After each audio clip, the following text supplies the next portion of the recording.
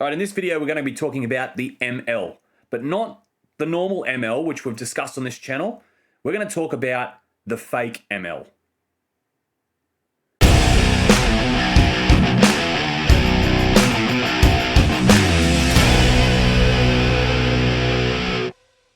Okay, so firstly, we'll just run through the ML.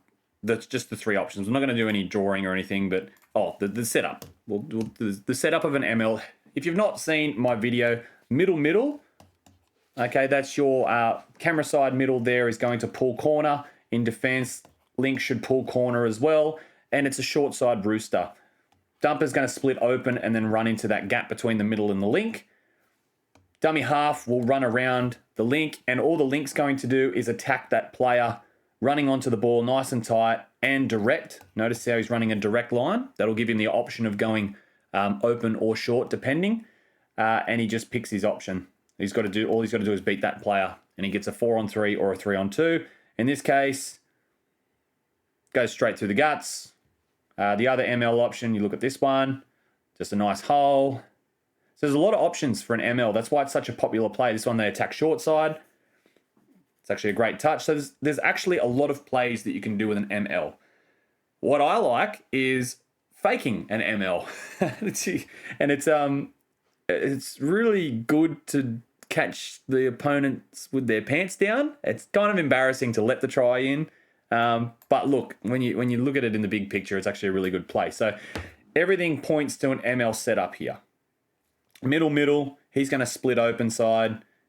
He's going to attack this offside player here, and he's going to get around. That's the platform that they are setting up. So if you are pulling corner, especially if you're looking to try and man on the best of your ability to try and relieve the pressure off your open side, all your eyes are looking at, you can look at this Port Macquarie player here. He's just looking at that guy because he's like, okay, they're running an ML. This is your ball player.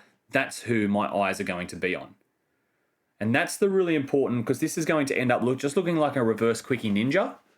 Okay, but the presence of the platform of the ML will cause this guy here to pull a big corner, especially if you start arcing your run out this like this. I probably should show you what the actual play looks like, which is, I'll do it in full speed. Here it is.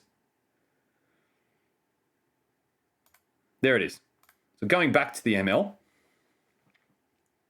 There it is. You can see where the touch is looking. He's looking at that sort of fake ball carrier who, again, arcs his line out like that for no other reason than to make him pull a bigger corner.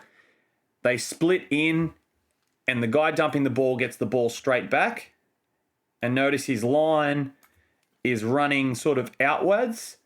Now, his options here, he's actually got a couple. If this guy is too far away, he's got a 3-on-2. He can pass to his link, pass to the winger. But in this case, you can still see he's just eyeballing that number 6 there. But in this case, he runs. The saving middle goes for him. But because this guy was too fixated on the fake ML ball player, he's opened up the middle channel for that little ninja inside ball. So a lot of times, like if you run a reverse Quickie Ninja, just the normal one, the eyes of the toucher will see the ball straight away and they'll turn their hips. Whereas if you get that ML shape, let's have a look at another example. If you get that ML shape, that's what they're looking at. There it is there from the other side. But just notice the toucher is too focused on this player here. And you can look at his line, really specific, looks like an outline. And that's just there as a decoy to open up that space. Very clever.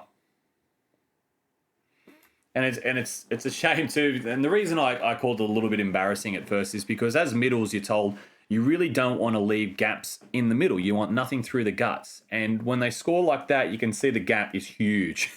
So it really goes against the fundamental teachings of middles. But there's a reason why you pulled corner like that. There's a reason why you took off like that but that's what makes it a good play. It gets you a try through the middles when essentially they're almost following policy. Let's have a look at one more example. High five. It's women's. This one's actually good defense. Kind of. Like, it is good defense, but I think that they probably could have thrown the pass here.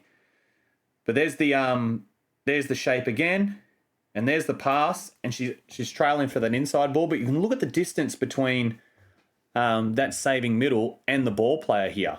So she's actually got a nice 3-on-2. This girl here defending as a link has ended up in front of the ball player, which is the middle. So yeah, your space now, your options there are on your outside. And she decides to throw the dummy. Now, look, there might be reasons for that. You might not feel comfortable throwing left to right. You might be a right-handed player. Totally fine. But I think if you threw the short ball here, there was probably enough time to get a second pass out. But that just shows, whilst that play is great to get the inside ball, I believe, in my opinion, more times than not, you are going to get the numbers on the outside. And it was just good touch by the link. She came up, she waited, and then hit it at the last minute. Very nice. But that's essentially the ML, but faked. And we'll just go through. Let's go through the first one again, just in slow motion.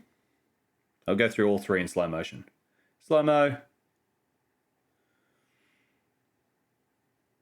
And you might be thinking these are ordinary defense. Like, this is New South Wales State Cup. This game here is the New South Wales State Cup mixed open, like top division mixed open grand final. And this one here is the top division mixed open, but it is a round game, but it is our premier mixed open division.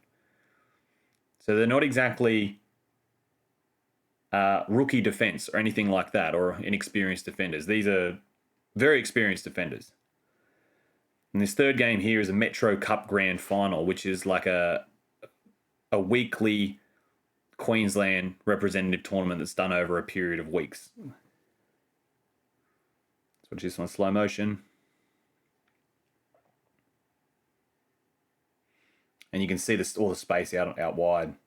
Again, another point to make is this game was extremely muddy, wet, and it wasn't great conditions to play touch, which is probably why they were doing a play like that, because it's not a big cutout ball on one way, and they're probably looking for the inside ball because it's more safe. I'm not actually sure what the touch count was, whether it might have been the first touch. Either way. But yeah, that's the fake ML. So give it a try. You'd be surprised actually how often that you will break that gap in the middle, especially if you run that little outline as the link. But thanks for watching, guys. I hope you enjoyed this. We'll be back next week, same time, for another video. You probably noticed by now all my videos are coming out at the same day, same time, every week.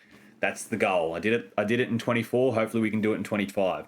But don't forget to subscribe, become a member. All that sort of stuff just really helps. Like, the membership is, I'm trying to use that to allow me to have more time to work on videos like this. But yeah, we'll see you next time on the next video.